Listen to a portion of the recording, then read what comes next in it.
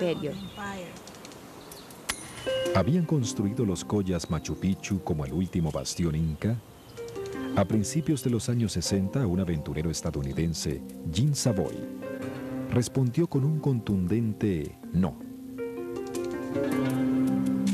Savoy identificó correctamente la verdadera Vilcabamba en un lugar llamado Espíritu Pampa, o planicie de los fantasmas, 80 kilómetros al noroeste de Machu Picchu. Irónicamente, la expedición de Bingham de 1911 había encontrado Vilcabamba, solo que no se dio cuenta. El lugar al que Bingham llegó estaba tan arropado por la maleza que no pudo ver las cientos de edificaciones que se escondían debajo del bosque. Además, al examinar los artefactos nuevamente, fue evidente que la construcción de Machu Picchu había comenzado en 1450, 80 años antes de la llegada de los conquistadores. ¿Y construyeron los collas Machu Picchu para que fuera un lugar sagrado para las vírgenes del sol? Las herramientas forenses modernas y 20 años de experiencia práctica le permitieron al antropólogo forense John Verano enterrar ese mito al reevaluar los esqueletos descubiertos por Bingham. Él descubrió que de hecho había hombres y mujeres, y que muchas de las mujeres habían tenido hijos, por lo que el mito dejó de tener sustento. Entonces, ¿qué era Machu Picchu? Durante siglos, la respuesta estuvo escondida en los archivos de Cusco. A finales de los años 80, el antropólogo de Berkeley, John Rowe, estaba analizando registros del siglo XVI cuando descubrió un conjunto de documentos legales que hacían referencia a un palacio vacacional llamado Picchu. Al relacionarlo con lugares conocidos, Machu Picchu fue la primera referencia. En este documento dice que esas tierras y las tierras alrededor de ese lugar llamado Picchu le pertenecían al linaje de Pachacutec, el más grande emperador inca. Estos documentos habían sido generados por un caso legal en el que descendientes de Pachacutec pedían que se les devolviera las tierras que les pertenecían. La teoría tenía sentido, un palacio vacacional construido para Pachacutec. Evidencia reciente además sugería que la construcción se había iniciado durante el reinado de Pachacutec. Pachacutec fue el que creó realmente el imperio inca. Tenía el poder necesario para juntar a las personas más talentosas de su tiempo y mano de obra ilimitada para crear una obra maestra, para esculpir la montaña y producir alguna de la mejor arquitectura que el mundo jamás haya visto.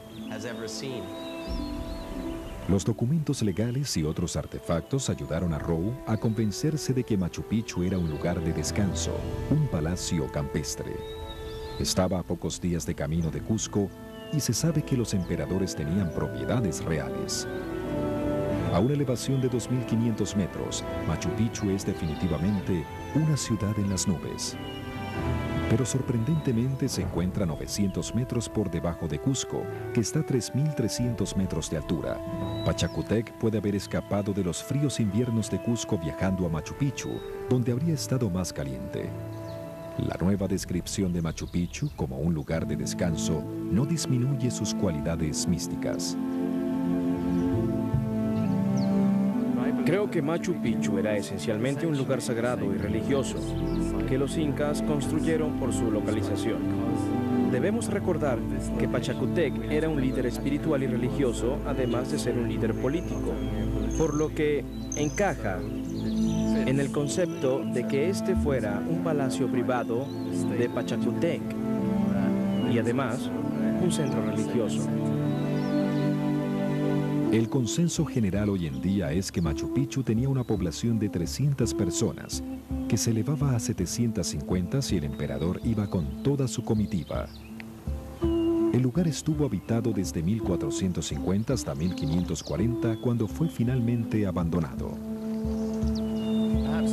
Quizás fue la conquista española lo que ocasionó que la gente abandonara este lugar.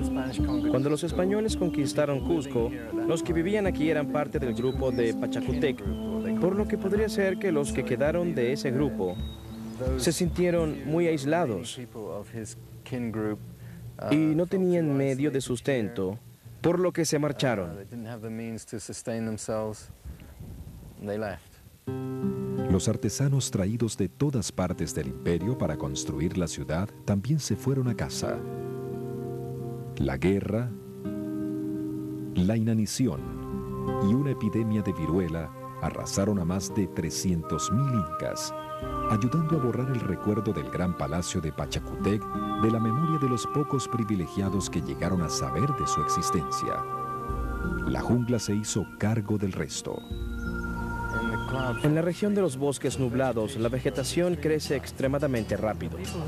Los que mantienen Machu Picchu actualmente están en una lucha constante por mantener las terrazas libres de vegetación.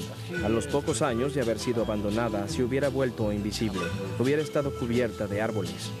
Hoy en día, lo único que la cubre son turistas. Cada año, más de 300.000 turistas vienen a experimentar la majestuosidad de Machu Picchu.